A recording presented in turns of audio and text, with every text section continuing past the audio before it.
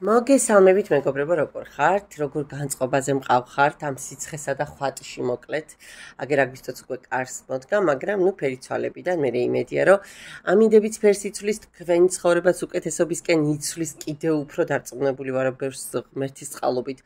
ნორმალურად გაქვთ ამბები, მაგრამ თუ ვთქვათ, სადღაც რაღაცა პატარა ჩავარდები გაქვთ, ფერი ცვალების მე იმედია, რომ ეს ყველაფერი სინათლისა და ბედნიერებისკენ იცვლის ასევე ფერს. ძალიან მიყვარს ეს დღეს სწავლი აი გამორჩეულად და ფერიცვალებისთვისაც რაღაცა ვიფიქრებ, რომ ისეთი გაშლა გაგიკეთოთ, რომელიც ენერგეტიკულადაც დაგეხმარებათ, არა მარტო თქვათ ინფორმაციულად. რაც შეეხება დღევანდელ გაშლას, ერთის მომაყურებელმა მთხოვა ჯანმრთელობასთან დაკავშირებით გააგვიკეთე გაშლაო და მოკლედ გადავწყვიტე, რომ ჩავწერო ორ ვარიანტზე. ოღონდ სანამ გაშლას დავიწყებ, პატარა მიმოხილვას გავაკეთებ და გთხოვთ, რომ არ გადაახვიოთ, იმიტომ რომ თქვენთვის ძალიან საინტერესო და მნიშვნელოვანი ინფორმაციის გაჟღერება მომიწევს. და ვფიქრობ, რომ სასარგებლო უნდა იყოს ბევრი კი არა და თითქმის თითოეული თქვენთაგანისთვის. ეს არ ახალია უკვე და უამრავი ადამიანისგან გაგიგიათ დარწმუნებული ვარ, რომ ემოციები პირდაპირ პროპორციულად კავშირშია ადამიანების ჯანმრთელობასთან, ხო, ფსიქოსომატიკას უკვე დღევანდელ თანამედროვეობაში განიხილავენ უკვე კოლაბორაციაში და ცალ-ცალკე ამას აღარ ვანაწევრებთ, ხო? აი მაგალითად, ვთქვათ, უარყოფითი დიდი ხნის დაგროვილი ემოციები, როგორც წესი, ყელის ტკივილის და ყელის დაავადებების პრობლემა ხდება, მრისხანება იქ ღვიძლს აზიანებს გარკვეულწილად, ხო? არ შეიძლება იმისი თქმა, რომ ორგანოებს მარტო ემოციები აზიანებს, რა თქმა უნდა, მაგრამ აი იმ დანარჩენ ბიოლოგიურ პროცესებთან ერთად უდიდეს გავლენას ახდენს რა თქმა უნდა ესეც. აი კიდევ ერთხელ გავიმეორებ, ხო, რომელი ემოცია რომელ ორგანოს ერჩის. ყელის ტკივილი და ყელში ბურთის შეგრძნება, იგივე ფარისებრის დაავადებები, იგივე ჯვარისწერია ყოველას, ხო, ყელის სიმსივნე კისტები და ასე შემდეგ. ძილწყენას მალავს ადამიანი, რომელსაც ვთქვათ, ვერ გამოთქვამს, დიდი ხანია ადგას, ასე ვთქვათ, ენაზე მათგასო რომ ვამბობთ ხოლმე, მაგრამ ვერ გამოხატავს, ხო? სახეზე გამონაყარი ეგრეთ წოდებული აკნე, გარკვეულწილად პირდაპირ კავშირშია საკუთარ თავთან კონფლიქტზე უკაცრავად. ზურგი მოხრილი ზურგი, ეს ნიშანია, რომ რაღაცა ძალიან დიდი დარდი დაგაგცხათ შორის მარჯვენა ბეჭს არტყამს ხოლმე ძალიან ეს და იგივე ტუბერკულოზი თქვენ იცით, რომ დარდის, სევდის დაავადებად იყო წინა საუკუნეებში მოხსენიებული და როგორც წესი, სწორედ ამ დაავადებით აი ესეთი სენსიტიური ბუნების ადამიანები ავადდებოდნენ სტატისტიკურად მეტად, ვიდრე ვთქვათ აი, სხვა სფეროს წარმომადგენლები, ანუ უფრო ხელოვნების ხალხს გულისხმობ, ხო, პოეტები, მწერლები, რომლებიც უფრო სხვანაირად აღიქვამდნენ თითოეულ მოვლენას და უფრო ემოციურად განიცდიდნენ ყველაფერს. ახლო მხედველობა, შიშისგან მოდის, ხო, რომ რაღაცას ელოდებით და სტრესს განიცდით და აი ეს შიში არტყამს პირდაპირ მხედველობის სისტემას. გულზე ჭვალი რომ ვიწყვით ხოლმე, ხო? ეს არის გარკვეულწილად ემოციების ჩახვევის მომენტი, როცა ვთქვათ, ძალიან მუდმივად გვინდა რომ კარგი გოგო ბიჭის როლი ვითამაშოთ, ხუთოსნობის სინდრომი რომ გაქვს გამოყოლილი და ყველას თვალში კარგები ვიყოთ, მაგრამ აი ეს ემოცია გარკვეულწილად და ეს სტრესი, ხო, ის შიში რომ რაღაცა ცუდად არ გავაკეთოთ, აი ამაზე მოქმედებს. სკოლიოზი, ესეც ასევე ემოციური ზეწოლის ქვეშ ყოფნას მიუთითებს. ასევე ალერგია, გადაჭარბებული რეაქცია საფრთხეებზე, იმუნური სისტემის დაქვეითებას იწვევს და ზუსტად იმ დაქვეითებული იმუნიტეტის ადამიანებს ემართებათ როგორც წესი ალერგიები, ხო? ექიმიც რომ ისმენდეთ ვინმე ამაში დარწმუნებული ვარ, რომ დამეთანხმებიან. თქვენი ორგანიზმი ზოგადად ფსიქოლოგიური გაღიზიანების გამოსახატავად, ხო, ასე ვთქვათ, ამ შემთხვევაში იყენებს კანს. გაძნელებული სუნთქვის უკმარისობა, ასთმა და ამასთან დაკავშირებული სუნთქვასთან დაკავშირებული პრობლემები, ეს არის როცა უსაფრთხოების განცდას კარგავ, ხო და გეშინია რომ რაღაცა ძალიან ისეთი მოწყვლადი ხარ უკვე ბუნებით, ძალიან ბევრი შიში დაგიგროვ და ბევრი რაღაცა, არ ვიცი, მუქარა შანტაჟი და ასე შემდეგ ღმერთმა ყველა ფაროთ, მაგრამ აი აქედან მოდის ეს პრობლემები. საჭმლის მომნელებელ სისტემას პირდაპირ არტყამს ის, რომ ვიღაცა თქვენს თავმოყარეობას ცუდად შეეხო, თქვენს ეგოს ცუდად შეეხო, ხო? და თქვენ ეს წყენა უბრალოდ გადაყლაპეთ. თმის ცვენა, რომ იცოდეთ, ადამიანების დაკარგვასთან არის გამოწვეული, ან ვიღაცასთან ძალიან ისეთი მძიმე საუბრის მერე, ხო? ხდება ორგანიზმის რეაგირება ამაზე. ნუ ღვიძლზე წეღანაც გითხარით, რომ მხოლოდ ალკოჰოლი კი არა აზიანებს, ასევე რისხვა, აი შურისძიების სურვილი, ეს არასდროს არ ჩაიდოთ, აი არასდროს თუნდაც მტერზე ხა სუსტი ხართ, სუსტი ადამიანი ხო და რომ გამწარდება რაღაცა სიტყვის, მაგრამ არასდროს არ თქვას, რომ დაისაჯოს, ეს მოვიდეს, იმიტომ რომ ეს სიტყვები თქვენზეც მოქმედებს. უბრალოდ თქვით, რომ მე მინდა რომ აღდგეს სამართალი, ძალა რჩება ჩემთან და უარყოფითი ენერგია ბრუნდება გამომგზავნთან. ეს ყველაზე სწორი ფორმულირებაა, მეგობრებო. ცხვირის პრობლემა მუდმივად გაჭედილი ცხვირი რომ არის, ხო, კონფლიქტი გაქვთ, არ ვიცი, მეგობრებთან, კოლეგებთან, ნათესავებთან, ოჯახის წევრებთან, სირცხვილის შეგრძნება გაქვთ, რაღაცა ძალიან გაწუხებთ. თირკმელების ტკივილი ესეც შინაგან შფოთვასა და გამოსავლის ვერ მოძიებასთან არის დაკავშირებული. ბრონქიტიც ასევე მუდმივ შფოთვასთან და მოკლედ აი ყველაფერი რაღაც დონეზე გვინდა არ გვინდა ამ ჩვენს უარყოფით ემოციებს უკავშირდება. აქვე გეტყვით კიდევ ერთ ძალიან ისე უცებ პატარა რამდენიმე წინადადებას და მანამდე აგერ დასტებსაც გადმოვდებ. ერთ-ერთ დასტაზე გავაკეთებ ამ ჯანმრთელობის ვფიქრობ აი ამაზე გავაკეთებ გაშლას და კიდევ ანუ რისი თქმა მინდა რომ ცნობიერ დონეზე მეგობრებო სამწუხაროდ გვინდა არ გვინდა მოგწონს არ მოგწონს ხშირ შემთხვევაში სწორედაც რომ ბრუნდება ხოლმე ეს ჩვენი ავადმყოფობები ისევ უკან ანუ რისი თქმა მინდა უკან ბრუნდება რას ნიშნავს რაღაცა სიტუაციამდე მივიყვანთ რაღაცა ეტაპამდე ასე ვთქვათ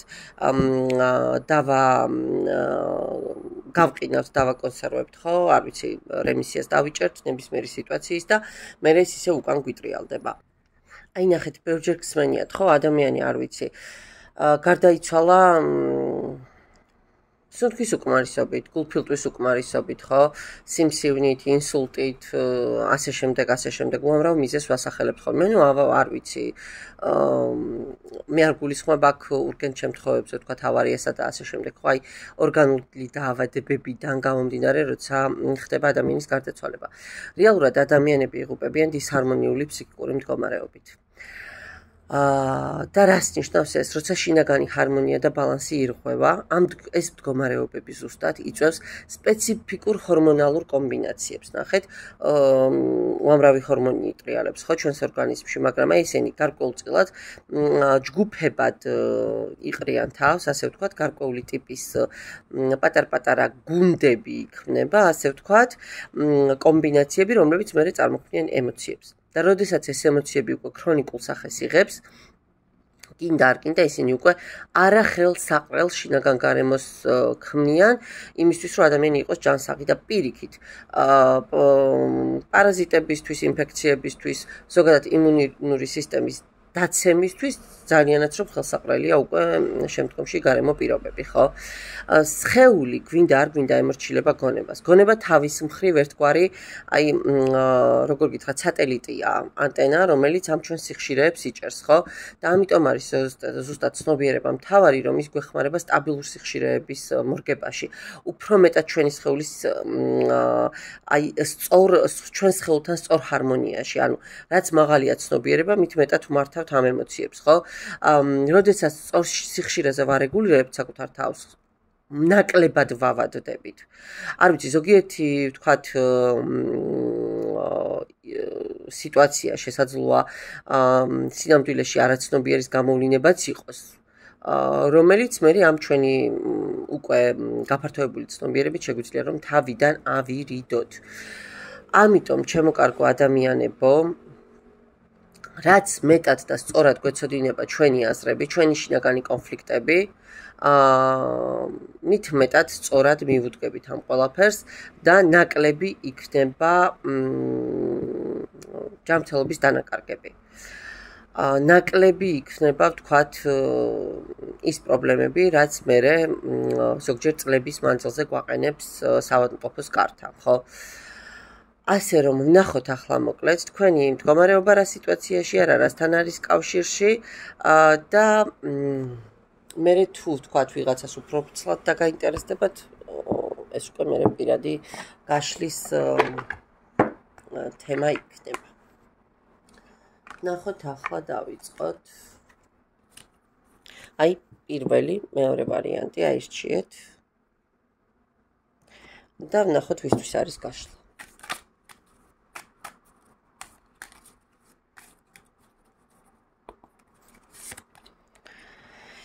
ვისთვის არის გაშლა? ხო, კოშკის არკანი. არ ვიცი, ვინ მიყურებთ, მგონია რომ აქ ძალიან ისეთ სარისკო სამუშაოებში, სამსახურებში დასაქმებული ადამიანები მიყურებთ, სახანძრო, სამხედრო, პოლიცია, სამედიცინო სფერო, მაღარო, აი, რაც მოკლედ რისკთან არის დაკავშირებული. თუმცა თქვენ საკმაოდ ისეთი ხისტი და კონფლიქტური ენერგიების მატარებელი ადამიანები ხართ, ხშირად შეიძლება ტრანსფორმაციების წინაშე დგებოდეთ, ხშირად თავზეც გენგრეოდეთ ყველაფერი, თუმცა ერთი დადებითი მომენტი აქ ის არის, რომ მხოლოდ თავი აქვს ამას მონგრეული და საძირკველი ძალიან მყარად და სანურისი თქმა მინდა. მარტივად შეიძლება ახერხებდეთ მე რეაბილიტაციას და ისევ ფეხზე დადგომას და ისევ თქვათ გზის გაგრძელებას. თუმცა მარტივი ცხოვრებით მაცხოვრებელი ადამიანი ნამდვილად არ მიყურებთ აქ და ახლა. მოდი ვნახოთ ახლა, მივყვეთ და როგორ გავაკეთოთ, იცით? თქვენი ჯანმრთელობის ზოგადი მდგომარეობა ვნახოთ. ზოგადი ფონი. შემდგომში ვნახოთ გულსისხლძარღვთა მომენტები. ვნახოთ, თავისით გადმოფრინდა ენდოკრინული სისტემა 4 არკანი და იყოს არაუშავს 4 არკანი. ვნახოთ ძვალსახსროვანი სისტემა და რა ვიცი, რა შეიძლება ვნახოთ კიდე. ზოგადი ვთქვით იმუნიტეტი, გულსისხლძარღვთა ვთქვით, ენდოკრინული ვთქვით, ძვალსახსროვანი ვთქვით და მოდით იყოს შინაგანი ორგანოები, ღვიძლი, ასე ვთქვათ, აქაც ძალიან ბევრი წამოვიდა ერთად და იყოს არაუშავს, ანუ რას გულისხმობ, პანკრეასი, ღვიძლი, ხო, ეს შინაგანი ორგანოებს რაც მოიცავს. და მე კიდევ ვიმეორებ, თუ ვიღაცას არ ვიცი კონკრეტულად რაღაც კონკრეტული მომენტი გაინტერესებთ, პირად გაშლაზე შეგიძლიათ მიმართოთ ან ნებისმიერ ეზოთერიკოს გნებავთ მე მომართეთ, არა აქვს ამას მნიშვნელობა ვის როგორ თავია თქვენი ცნობის მოყარება დაიკმაყოფილოთ, ხო? და მივყვეთ აბა სათითაოდ ახლა ზოგადი იმუნიტეტი თქვენი რა მდგომარეობაშია. ზოგადი იმუნიტეტს რაც შეეხება, ნახეთ როგორი მდგომარეობა გაქვთ. სუსტი. თუ თქვენად ანუ თქვენი არ არის უყურებთ, იმიტომ რომ მე სულ ვამბობ, რომ თუ რაღაცა ნეგატიური, მეტნაკლებად ნეგატიური ინფორმაცია ჟღერდება, არიდეთ მეგობრებო თავი, ჩემგან იქნება გახმოვანებული თუ სხვისგან, თუ თქვენი არ არის, რატო უნდა მოისმინოთ და რატო უნდა დაილექოთ თუნდაც ინფორმაციულ ნაწილში, ხო?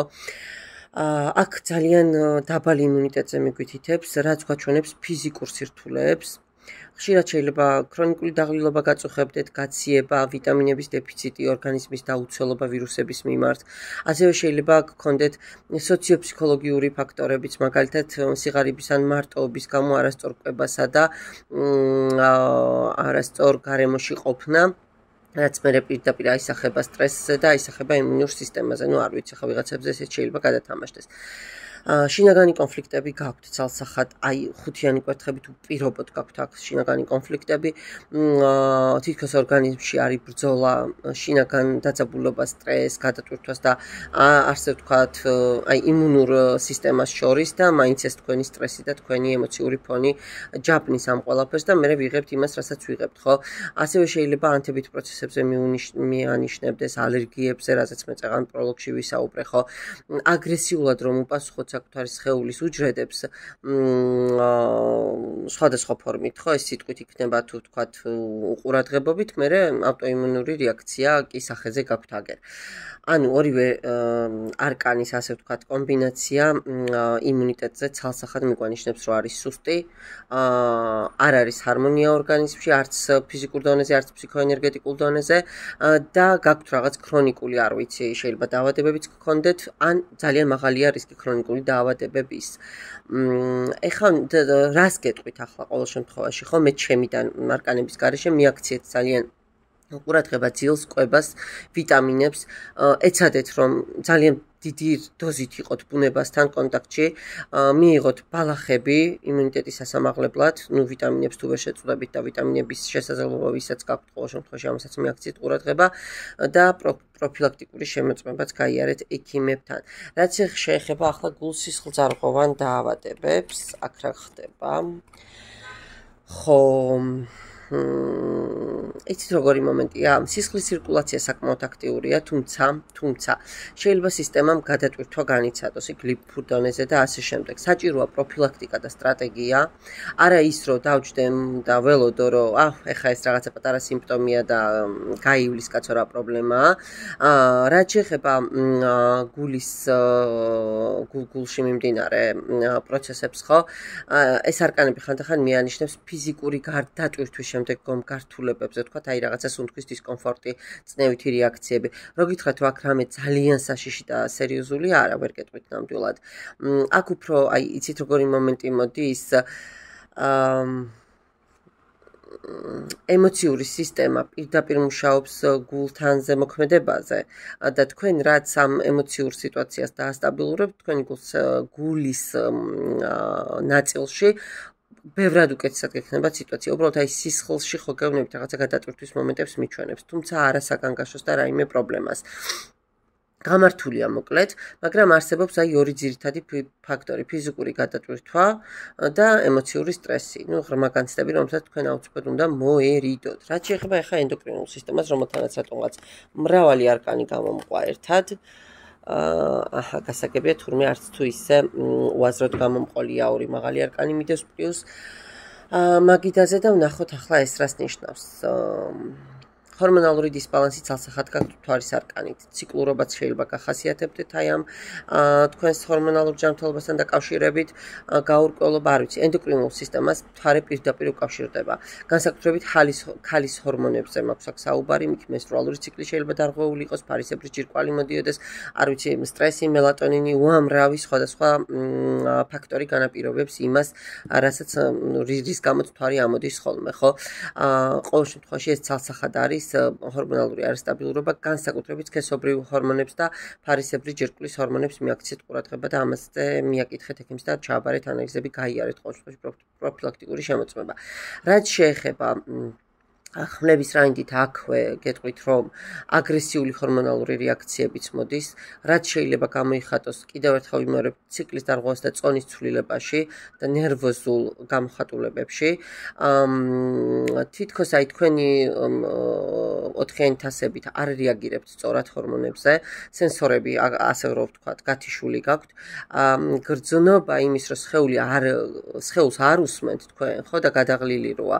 მე პირდაპირ მოქმედებს ეს თქვენი ფსიქიკაც სტიმულატორად და ასე პირდაპირ გაჩვენებთ აქ, აი ნახე შენ რა პრობლემები გიჩნდება, ხო? შეიძლება ხშირად გული წყდებოდეთ რაღაცა აპათიურ მდგომარეობაში იყოთ, რაც მერე აი ამ ჰორმონალურ დისბალანსთან პირდაპირ კავშირშია. სიკვდილის არკანი ეს არის გარდაქმნის და ცვლილების არკანი თქვენ იცით, რაც ენდოკრინულ სისტემაში პირდაპირ შეიძლება სერიოზულ გარდატეხას ნიშნავდეს. მაგალითად, ჰორმონალური ცვლილებები ასაკთან ერთად, მენოპაუზა, ვთქვათ, პუბერტატი, ანუ გარდატეხის ასაკი და ასე შემდეგ, მკურნალობის დაწყება ან დამთავრება, ფარისებრი ჯირკვლის ფუნქციის ცვლილება და მკვეთრი ისეთი ქირურგიული ჩარევა, ხო? კორექცია, როგორც არის მაგალითად თერაპია, წამლები, ოპერაციაც კი ქირურგიული წეღან შემთხვევით არ ვახსენე. მოკლედ, აქ ცალსახად გაქვთ მისახედი, გარდამავალი და არასტაბილური ფაზა გაქვთ. უეჭველი მიაკითხეთ ექიმს, ვისაც ამასთან დაკავშირებით რაღაცა გეცნოთ და მიხედეთ ამას. რაც შეეხება ძვალსახსროვან სისტემას, აქ რა ხდება, ვნახოთ, ხო. ახლა აქ რა ამბავი გაქვთ. ნახეთ, ძვლების სიმყარე, სტრუქტურული მახასიათებლები აქ ჩანს, რომ ისეთი ძალიან მნიშვნელოვანია. არ ვიცი, მემკვიდრეობით შესაძლოა იეროფანტის არკანით ხანგრძლივად ფორმირებული პრობლემები იყოს ეს, არ ვიცი, არასწორი ცხოვრების წესი, შეიძლება ტრადიციული მკურნალობა, ფიზიოთერაპია, სპეციალისტის რეკომენდაციები გჭირდებოდათ, ხერხემლის პრობლემა გქონდეთ, ვიღაცას მუხლების, კისერის, აი დააკვირდით, რაც შეეხება კონკრეტულად ძველსახსროვან სისტემას, ხო? ასევე ძალიან ისეთი ლაბილური ფსიქიკა გქონდეთ, ხშირად ეს კომბინაცია მიუთითებს ხრტილოვანი ქსოვილის ან სითხის ნაკლებობაზე, გადატვირთვაზე.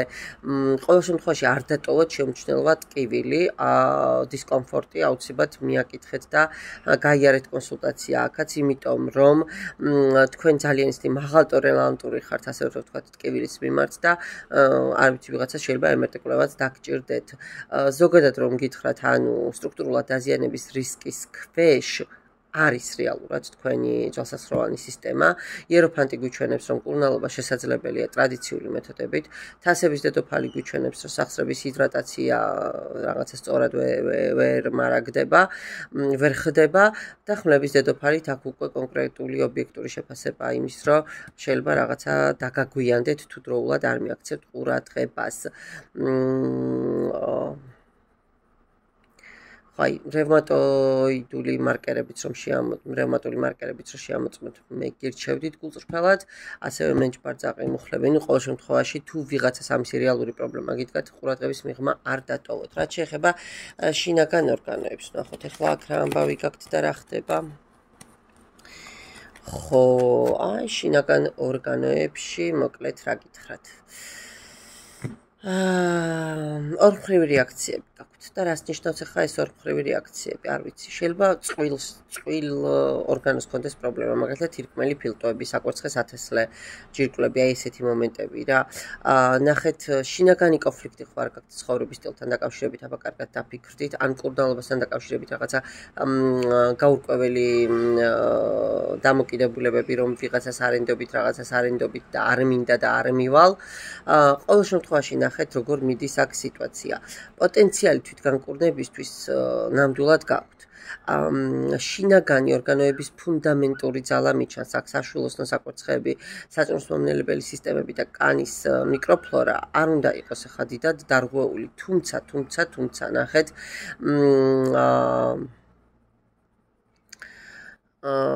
ასევე ნაყოფიერება, მაგრამ თუ სწორ პირობებში მოხდება ორგანიზმი, სითბო, კარგი კვება, ემოციური ჰარმონია და ასე შემდეგ ექნებათ, ეს ყველაფერი შეინარჩუნებს ამ სტაბილურობას და არ წავა უკან.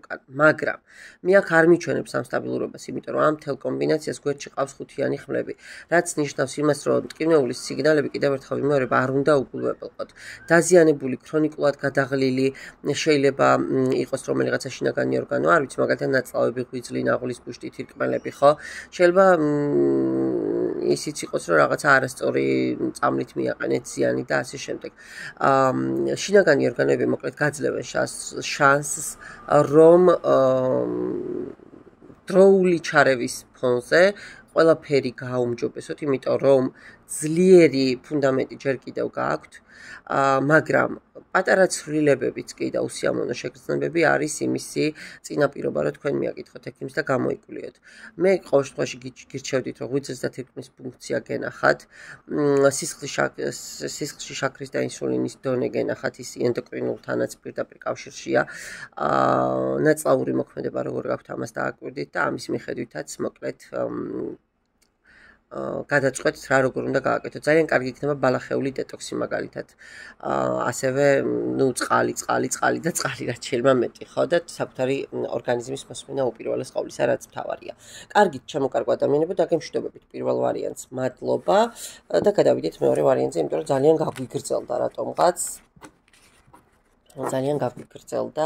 ეხლა მე ამას აი ასე იმიტომ რომ აჩეხვით შეიძლება კიდე ესე ზუსტად ვერ გადავიდეს და იმდენად არ მინდა რომ ეხა ეს ერთი და იგივე არკანები მოყვეთ პირველ მეორე ვარიანტს აი ასე მოკლედ შევურევ და მე კარგადაც ავჩეხავ.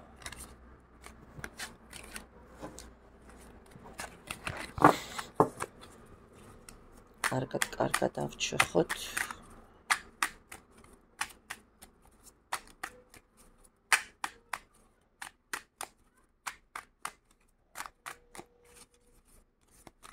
ой